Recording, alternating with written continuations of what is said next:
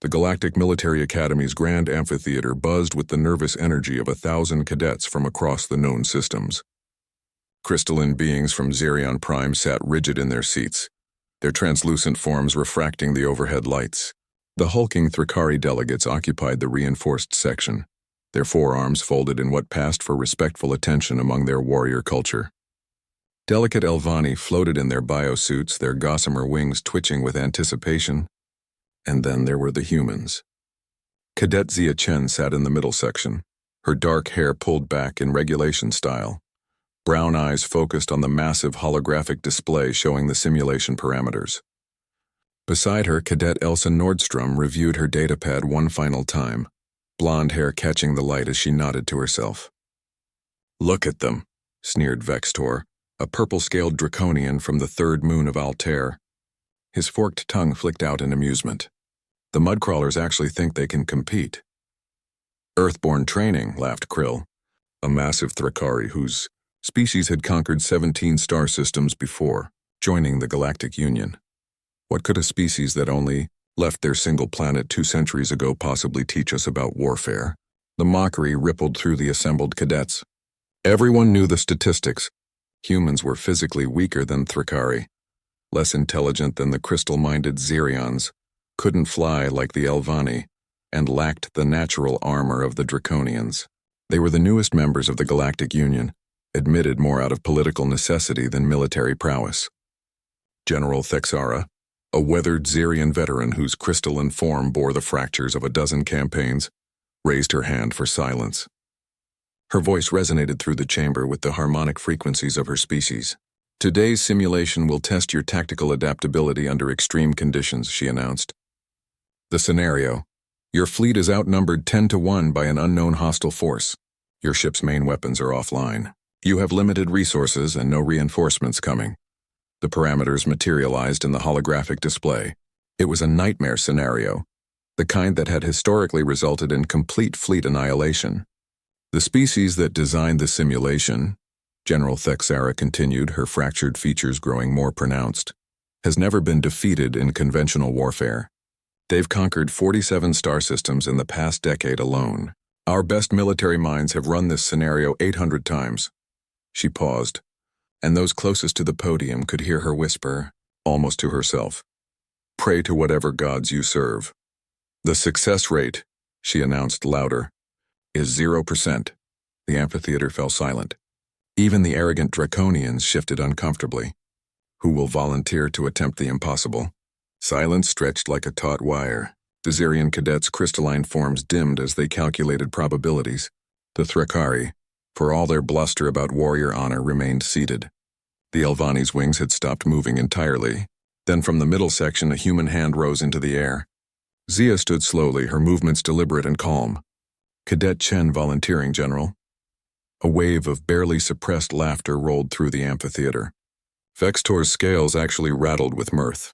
"The human thinks she can succeed where our greatest military minds have failed," he whispered loudly enough for everyone to hear.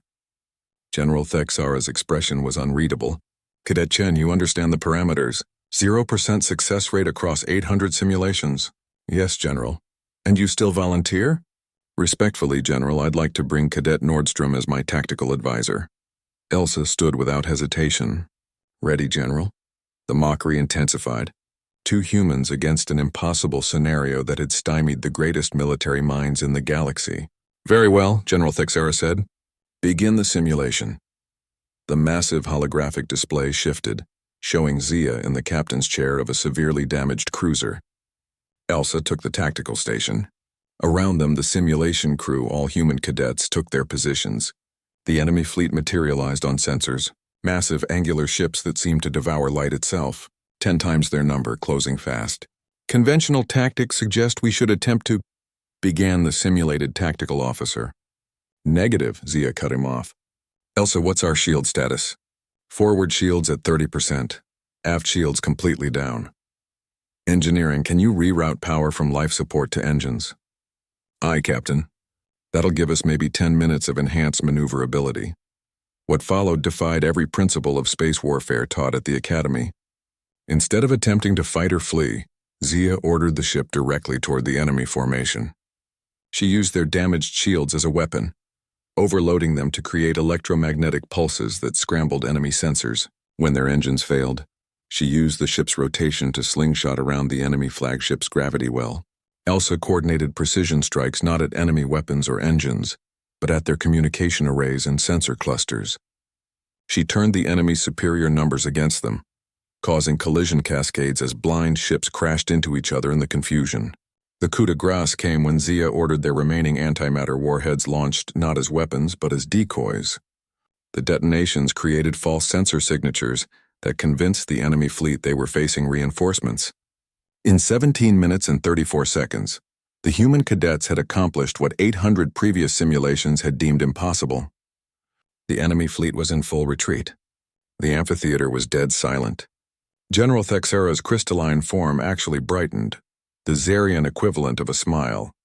"Cadet Chen, explain your tactics." Zia remained at attention. "General, we didn't fight the simulation. We fought the mindset.